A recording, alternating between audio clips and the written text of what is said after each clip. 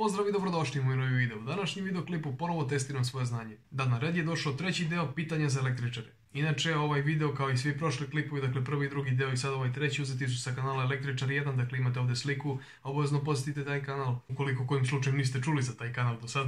A ja neću puno da dužim, bacamo se polako na pitanja. Ali koliko vidim po ovom prvom pitanju, bit će gusto. Evo nas na desktopu, kao što možete vidjeti, evo ga prvo pitanje ispred mene, krećemo polako, mada ja ovo pitanje koliko vidim, blage veze nemam, ali ajde da vidimo. Prvo pitanje. Cena električne energije u nižoj, dakle drugoj tarifi, manja je nego u višoj tarifi za 10%, 20%, 2 puta niža ili čak 4 puta niža. S obzirom da kaže u drugoj tarifi, ja ću da kažem po C 2 puta niža. Stvarno Tačan odgovor pod D. Struja u Eto, pogrešio sam prvo. drugoj tarifi jeftinija je čak 4 puta nego u prvoj tarifi. Biće bolje, ajmo dalje. Drugo pitanje. Minimalno rastojanje vodova jake struje i vodova slabe struje iznosi 10 cm, 20. Ja moram da opravdam sebe i da kažem da ja nisam električar, dakle elektrikom se bavim čisto kao hobi. To nije moj smer, tako da ja ovo ne znam, ali idem logikom kad nešto ne znaš kaži B, tako da kažem 20 cm i nekako mi ima najviše smisla. 10, 15 ili 50 cm. Tačan odgovor B. 20 cm. Treće pitanje. Kako glasi prvo Kirchhoffovo pravilo? Ovo je pod A već vidim, dakle zbir svih struje koji ulaze u jedan čvor mora da bude isti zbiru struje koji izlazi iz njega.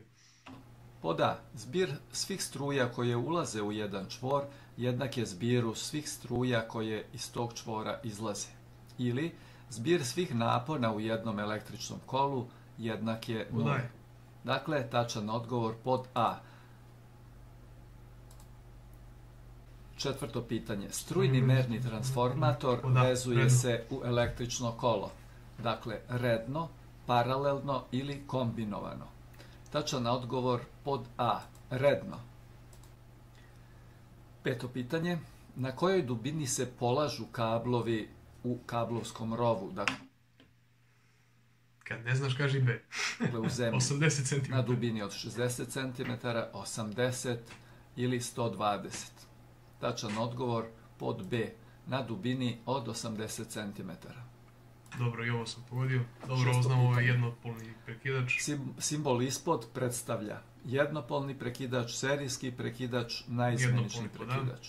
Dakle, ovo je simbol za jednopolni prekidač.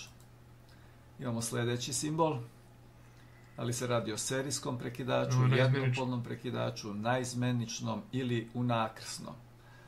Ovo je simbol za naizmenični prekidač. Pod C.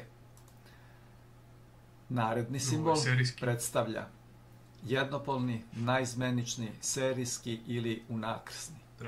Ovo je simbol za serijski prekidač. Sada imamo započetu jednu električnu šemu i kaže da je potrebno... Ovo je serijski i 2 naizmenično, verovatno. Pa da se uključuje sa 3 mjesta. Ja ću ovako strelicom da pokazujem pa vi pratite. Dakle, 0 ovdje se uzima direktno do sijalice, faza ide do prvog naizmeničnog, do ove zajedničke tačke, da tako kažem, onda sa ova dva kraja idemo na ovaj serijski, sa njega idemo opet na ova dva kraja, dakle od ozgo idemo ovdje dole i odavde vodimo na sijalicu. Linijama povezati elemente na šemi, da sijalica može da se uključi i isključi sa 3 mjesta. Dakle, ovdje imamo... Dakle, sa faze dovodimo na zajedničku tačku naizmeničnog prekidača. Pitanje kaže koji sistem razvoda, odnosno zaštite je predstavljen ovdje. Dakle, ovo je transformatorska stanica sa izlaznim osiguranjem. Ovo je bilo i u prvom delu pitanja za električare i ja sam to na sreću pogodio, inače ovo sad stvarno ne znam. A nadalje ovo su potrošači, odnosno kod samog korisnika električne energije. Kad ne znaš kaži B, ali mene vuče nešto na D, tako da kažem TNS mreža. Potrošači. Vidimo da iz trafostanice izlaze 3 fazna voda i jedan zajednički, dakle kombinovan. Ajde da vidimo. To je TNC sistem. C znači kombinovan provodnik kome je objedinjena funkcija zaštitnog i neutralnog provodnika. Dobro, sad makar nešto novo znam. Sljedeće pitanje, o kom sistemu je ovdje reč? Dakle, idemo TNS sve dok ne pogodim. Multiprovodnik, a metalno kućište, tako, odnosno njen. Sljedeće pitanje.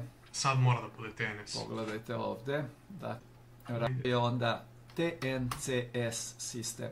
Dakle, tačan odgovor pod B. Odvojeno, neutralni i zaštitni. Sad je 100%, znači nema drugo, sve ovo bilo. To je S, znači odvojen, separiran, neutralni i zaštitni provodnik posebno se vode.